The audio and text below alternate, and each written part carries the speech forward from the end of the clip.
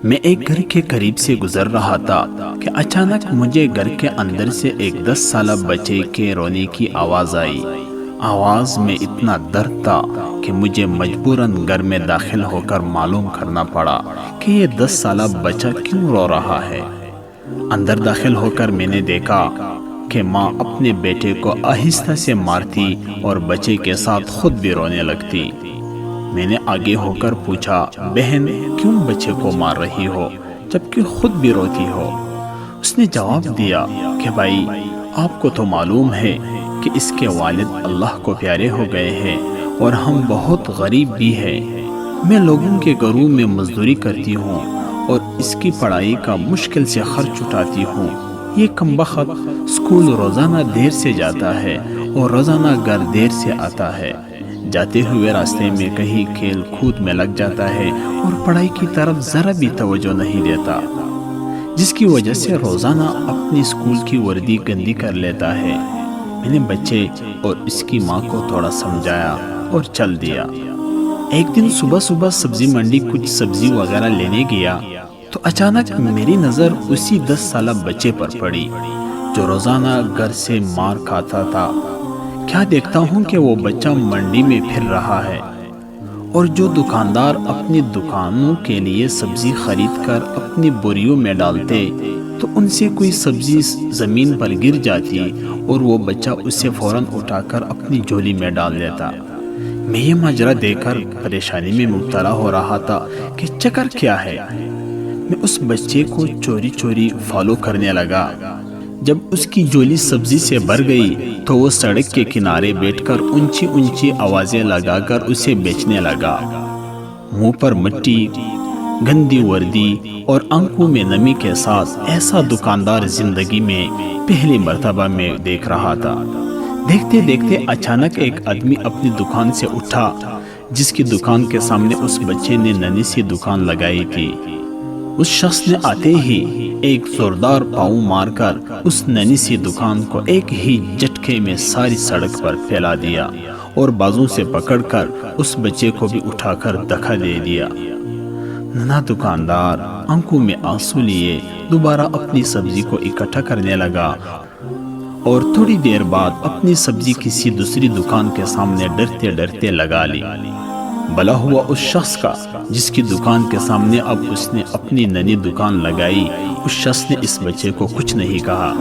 تھوڑی سبزی تھی، جلد ہی فروخت ہو گئی اور وہ بچہ اٹھا اور بازار میں ایک کپڑے والی دکان میں داخل ہوا اور دکاندار کو وہ پیسے دے کر دکان میں پڑا اپنا اسکول بیگ اٹھایا اور بنا کچھ کہے اسکول کے جانب چل دیا۔ میں بھی اس کے پیچھے پیچھے چل رہا تھا۔ جب وہ بچہ اسکول گیا تو 1 گھنٹہ دیر ہو چکی تھی، جس پر اس کے استاد نے ڈنڈے سے اسے خوب مارا۔ میں نے جلدی سے جا کر استاد کو منع کیا کہ یہ یتیم بچہ ہے، اسے مت مارو۔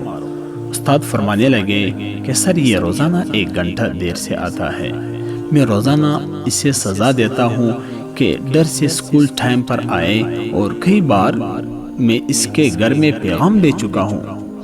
بچہ مار کھانے کے بعد کلاس میں بیٹھ کر پڑھنے لگا۔ میں نے اس کے استاد کا موبائل نمبر لیا اور گھر کی طرف چل دیا۔ گھر جا کر معلوم ہوا کہ میں جو سبزی لینے گیا تھا وہ تو بھول ہی گیا ہوں۔ حسب معمول بچے نے اسکول سے گھر آ کر ماں سے ایک بار پھر مار کھائی ہوگی۔ ساری رات میرا سر چکرا رہا تھا۔ اگلے دن صبح کی نماز ادا کی اور فوراً بچے کے استاد کو کال کی کہ منڈی ٹائم، ہر حالت میں منڈی پہنچے، جس پر مجھے مثبت جواب ملا۔ سورج نکلا اور بچے کا اسکول جانے کا وقت ہوا اور بچہ گھر سے سیدھا منڈی اپنی ننھی دکان کا بندوبست کرنے لگا۔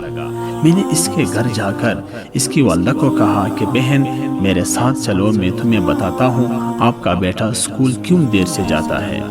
وہ فوراً میرے ساتھ منہ میں یہ کہتے ہوئے چل پڑی کہ آج اس لڑکے کے میرے ہاتھوں خیر نہیں، چھوڑوں گی نہیں اسے آج۔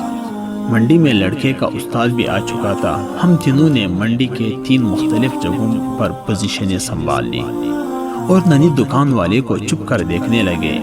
حسب معمول آج بھی اسے کافی لوگوں سے جھڑکیں لینی پڑی اور آخر کار وہ لڑکا اپنی سبزی فروخت کر کے کپڑے والی دکان کی طرف چل دیا۔ اچانک میری نظر اس کی ماں پر پڑی تو کیا دیکھتا ہوں کہ وہ بہت ہی درد بھری سسکیاں لے کر زار و قطار رو رہی تھی، اور فوراً میں نے اس کے استاد کی طرف دیکھا تو بہت شدت سے اس کے آنسو بہہ رہے تھے۔ دونوں کے رونے میں مجھے ایسا لگ رہا تھا جیسے انہوں نے کسی مظلوم پر بہت ظلم کیا ہو اور آج ان کو اپنی غلطی کا احساس ہوا ہو۔ اس کی ماں روتے روتے گھر چلی گئی اور استاد بھی سسکیاں لیتے ہوئے اسکول چلا گیا۔ حسب معمول بچے نے دکاندار کو پیسے دیے اور آج اس کو دکاندار نے ایک لیڈی سوٹ دیتے ہوئے کہا کہ بیٹا آج سوٹ کے سارے پیسے پورے ہو گئے ہیں، اپنا سوٹ لے لو۔ بچے نے اس سوٹ کو پکڑ کر اسکول بیگ میں رکھا اور اسکول چلا گیا۔ آج بھی 1 گھنٹہ لیٹ تھا، وہ سیدھا استاد کے پاس گیا اور بیگ ڈسک پر رکھ کر مار کھانے کے لیے پوزیشن سنبھال لی اور ہاتھ آگے بڑھا دیے کہ استاد ڈنڈے سے اس کو مار لے۔ استاد کرسی سے اٹھا اور فوراً بچے کو گلے لگا کر اس قدر زور سے رویا کہ میں بھی دیکھ کر اپنے آنسوں پر قابو نہ رکھ سکا۔ میں نے اپنے آپ کو سنبھالا اور آگے بڑھ کر استاد کو چپ کرایا اور بچے سے پوچھا کہ یہ جو بیگ میں سوٹ ہے وہ کس لیے ہے؟ بچے نے جواب دیا کہ میری ماں امیر لوگوں کے گھروں میں مزدوری کرنے جاتی ہے اور اس کے کپڑے پھٹے ہوئے ہوتے ہیں، اس کے جسم کو مکمل ڈھانپنے والا کوئی سوٹ نہیں ہے، اس لیے میں نے اپنی ماں کے لیے یہ سوٹ خریدا ہے۔ یہ سوٹ اب گھر لے جا کر ماں کو دو گے؟ میں نے بچے سے سوال پوچھا۔ جواب نے میرے اور استاد کے پیروں کے نیچے سے زمین ہی نکال دی۔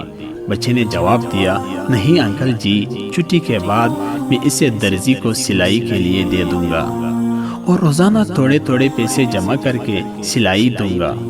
جب سلائی کے پیسے پورے ہو جائیں گے تب میں اسے اپنی ماں کو دوں گا۔ استاد اور میں یہ سوچ کر روتے جا رہے تھے کہ ابھی اس معصوم کو اور منڈی جانا پڑے گا، وہ لوگوں سے دھکے کھانے پڑیں گے اور ننھی دکان لگانی پڑے گی۔